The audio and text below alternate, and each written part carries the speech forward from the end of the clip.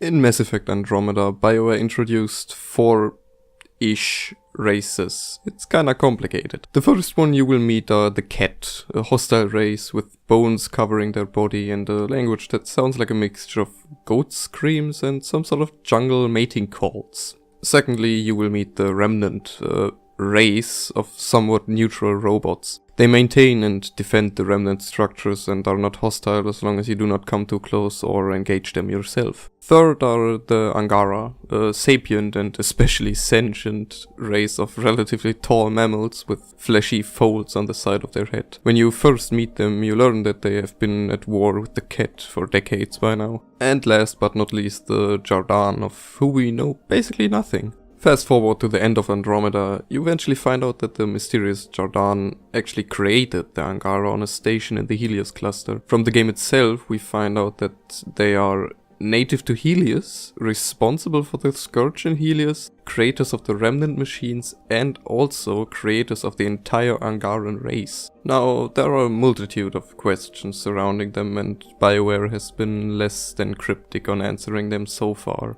Who are they? There is no definite answer to that unless you are responsible for story development.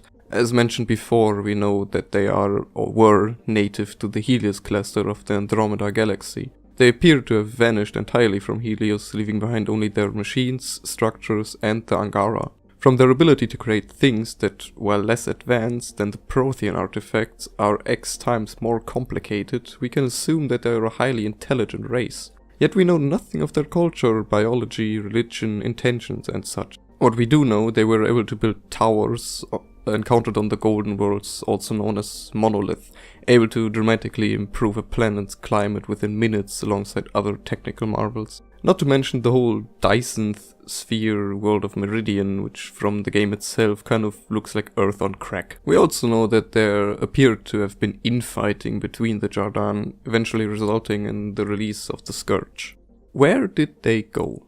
Again, no answer given by BioWare. All we know is that they have left Helios, whether it's permanent or just for the time being, not a clue. But if you're like me and thought that the galaxy map in the game was depicting the whole of it, let me remind you. What we were seeing in the game was merely a small cluster of the whole galaxy. The Jardan are an advanced species and could have gone anywhere within that galaxy they wanted, maybe even beyond that. If we simpletons managed to travel to a whole other galaxy, who says that a race which is able to just create a new one isn't able to do the same? On Aladdin, we see the remains of a remnant ship which is about the size of a mountain, with a drive core that was removed for the purpose of making it into a bomb with the intention to destroy a whole station almost as big as a citadel. Meaning the drive core itself must have been extremely powerful. Furthermore, on Habitat 7, when you first see remnant ruins, you learn that they are about 300 to 400 years old, meaning that the Jardan must have left the cluster in about the same time period. The long-range scans back in the Milky Way did not show any sign of the Scourge or the structures. Let's assume that they are 400 years old. Andromeda takes place in the year 2819, so they were built around the year 2419. Since I don't assume that they just up and went straight after building them, that means the Jardan have been around for some time between building the structures and releasing the Scourge. For a cloud of dark energy to cover almost an entire cluster, it must have taken some time as well, so we can assume that it happened somewhere between the year 2419 and about 2719, since according to the Archon himself he has been in this forsaken cluster for decades. The Jardan have left Helios after the detonation that caused this energy cloud. Why create the Angara? On the space station that the crew assumed to be Meridian while activating the towers, one of them holds the secret to Angaran origin. Within the tower you see thousands of pods, all holding some sort of prototype or failed test of Angara. They were not a race to naturally evolve like ours, but were artificially created. The biggest question is, what is the reason behind this? And this is grounds for a lot of speculation. The true reason for it is, as always, with the Jardan unknown, but there are some theories. One of them is connected to the Cat and their means of reproduction. If you don't know already, the Cat appear to have no means of reproduction on their own, and instead rely on something they call exaltation.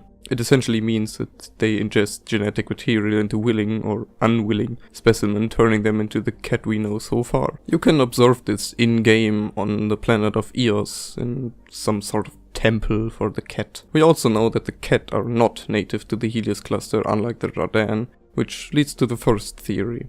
The Angara were created as an army for the Jardin to fight the cat. It is confirmed that the cat began invading the Helios cluster a few years after the Scourge and before the arrival of Arch-Hyperion. So, while the cat did not know that Jardin existed back then, it is possible that Jardin did. With the ability to build an entire kind of inside-out planet, they surely have had the technology to know what lays beyond the edges of the cluster. Perhaps they found out that the cat, after unifying their homeworld of Sarhessen through means of exaltation, meant to bring this gift to other worlds. This leads to speculation that the Jardin thought their machines not powerful enough and created a race they intended as an army, which ties in with the appearance of the Angara as well. Assuming BioWare didn't just make them different shades of jungle for fun, it is possible that the Jardin intended for them to be kind of guerrilla fighters ambushing the invading cat in the jungles of Havarl and Aya, or the could-be jungles of Vault. Theory number 2. As we often see through monoliths and vaults, the Jardin seem to have really cared that the Helios cluster was able to support life. While they might have done that for themselves, because who wouldn't want to live in a tropical paradise, they might have done it for races that came after them. From what we've seen, there is no sapient race in Helios besides the Angara, and even them only because the Jardin wanted them to be. Which could mean that they created them purely because they wanted to see what happens. Kind of like the Leviathans from the Mass Effect 3 DLC, only instead of dooming a whole galaxy, they put it in a smaller scale. In short, maybe the Jardin just had delusions of godhood and wanted to play creator. They already had their machines, but those are not sentient and only as sapient as they wanted them to be. Perhaps they wondered what would happen if an entirely new race was let loose on one of their planets. How would they evolve? How would they live and interact with each other? From what Jarl told us, the Angara have had no idea they were created in pods. Their version of history is that they evolved like any other species on Havarl, their homeworld. What was Meridian's purpose? Once more, pure speculation.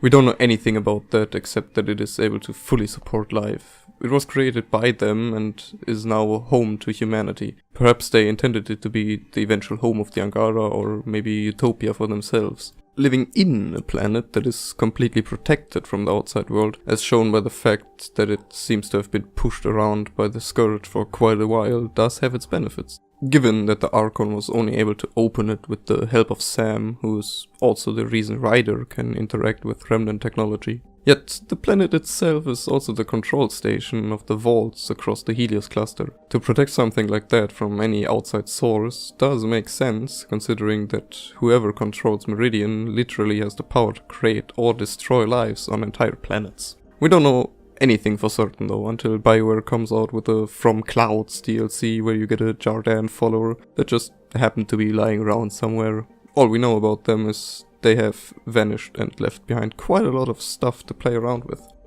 Thank you for watching. This video was made possible with the help of FluffyNinjaLlama.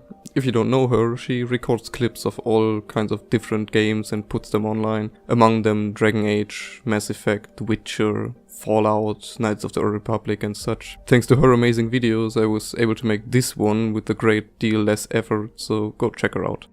Follow me on Twitter for updates, random thoughts, puns, and to see when I go live on Twitch. And last but not least, the Jardin. Jardin? Perhaps they wondered what would have happened.